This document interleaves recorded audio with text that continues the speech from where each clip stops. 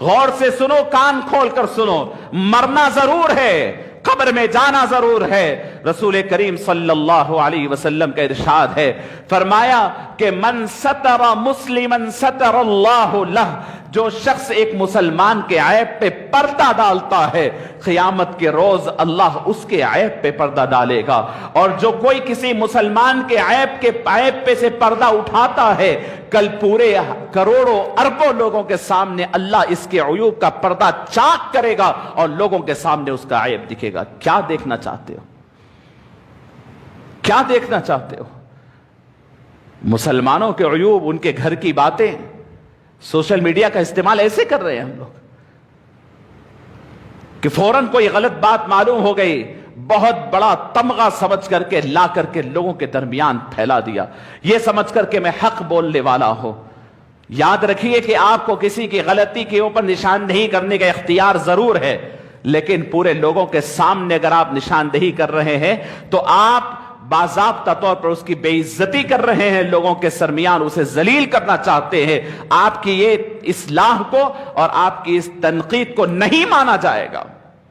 اگر آپ کو اصلاح چاہتے ہو تو پرسنل آپ فون کریں، پرسنل آپ ان کو لیٹر بھیجیں، پرسنل آپ ان کے پاس جائیں۔ آج تو فون کرتے ہیں پرسنل تو اس کو بھی ریکارڈ کر کے ڈال دیتے ہیں، تو عیوب پھیلاتے ہیں۔ ایک مسلمان کو دوسرے مسلمان کے اوپر کا اعتماد ختم ہو گیا۔ کیا سمجھتے ہیں آپ کسی مسلمان کے گھر کی عزت اچھل رہی ہے تو کیا وہ آپ کا گھر نہیں ہے؟ کیا رسول اللہ نے نہیں فرمایا کہ ایک مسلمان کا گھر دوسرے مسلمان، یعنی پورے گھر ہمارے ہی ہوتے ہیں؟ ایک کا پردہ اٹھنا گویا پوری سوسائٹی کے گھروں سے پردے اٹھنے کے برابر ہے۔ خوش ہو رہے ہیں ہم، سوشل میڈیا کا بڑا غلط استعمال ہمارے پاس ہو رہا ہے، یاد رکھیں۔ ہماری اپنی قوم کو توڑنے، بکھیرنے، اس کے اوپر بڑے بڑے حملے کرنے کے لیے ہم سوشل میڈیا کا استعمال کر رہے ہیں۔ کہا جاتا تھا کہ بندر کے ہاتھ میں آگ اگر اینا دے دیا جائے تو وہ خود کو زخمی کر لیتا ہے۔ آج قوم مسلم بے شعوری کی وجہ سے صرف اپنے آپ کو نقصان پہنچا رہے ہیں۔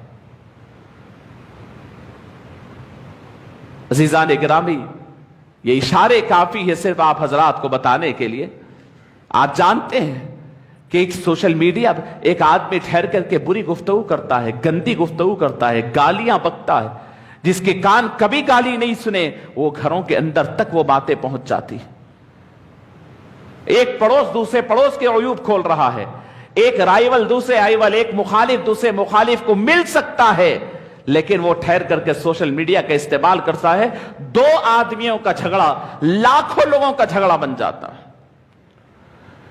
جس کی وجہ سے میاں بیوی میں اختلاف، بھائی بھائی میں اختلاف، ایک دوسرے کی یقین کریے کہ خودکشیوں پر لوگ آمدہ ہے، ایک دوسرے کے قتل کرنے پر آمدہ ہے۔ یہ سوشل میڈیا کا غلط استعمال کا نتیجہ۔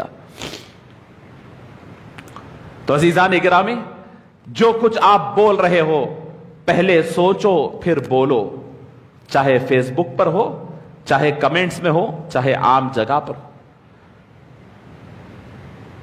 آج مسلمان ایک دوسرے سے بہت زیادہ بے اعتمادی اور بے بھروسگی کی زندگی گزار رہا ہے۔ مصلے پر ٹھہرتے ہیں تو ایک دوسرے کے بازو کاندھے سے کاندھا ملا کر ٹھہرتے ہیں، لیکن دل ایک دوسرے سے بہت دور ہے۔ نماز کا ظاہر یہ ہے کہ کاندھے سے کاندھا ملے، لیکن نماز کا باطن یہ ہے کہ دل سے دل ملے۔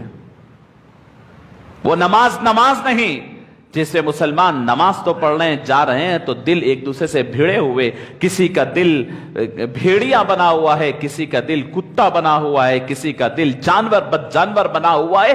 دل انسان کے دل نہیں ہے، محبتوں کے دل نہیں ہے۔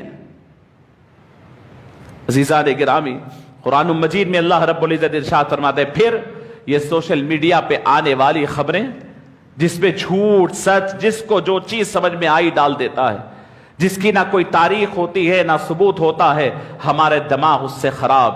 یقین کریے اللہ کے نبی صلی اللہ رب العزت ارشاد فرماتے ہیں، یا ایھا الذین آمنوا ان جاءکم فاسق بنبأ فتبینوا، اے ایمان والو، اگر تمہارے پاس کوئی فاسق کوئی بات لے کر آئے تو تم اس کی بات پر آنکھ بند کر عمل نہ کرو، اس کو جانچو تولو۔ اس کو سوچو صحیح بول رہا ہے یا غلط بول رہا ہے. اس لیے کہ تم اسے پھیلا دیں گے تو پوری کی پوری قوم کو غلط فہمی میں مبتلا کرنے کا وبال تمہیں ہوگا. ان تصیبوا قوما بجہالہ، اچھی خاصی قوم چل رہی ہے، اس کے لیے غلط انفارمیشن، ایک افواہ آپ نے دے دیا، اس سے لوگ جہالت میں آ گئے، غلط معلومات فراہم کر دی ہے.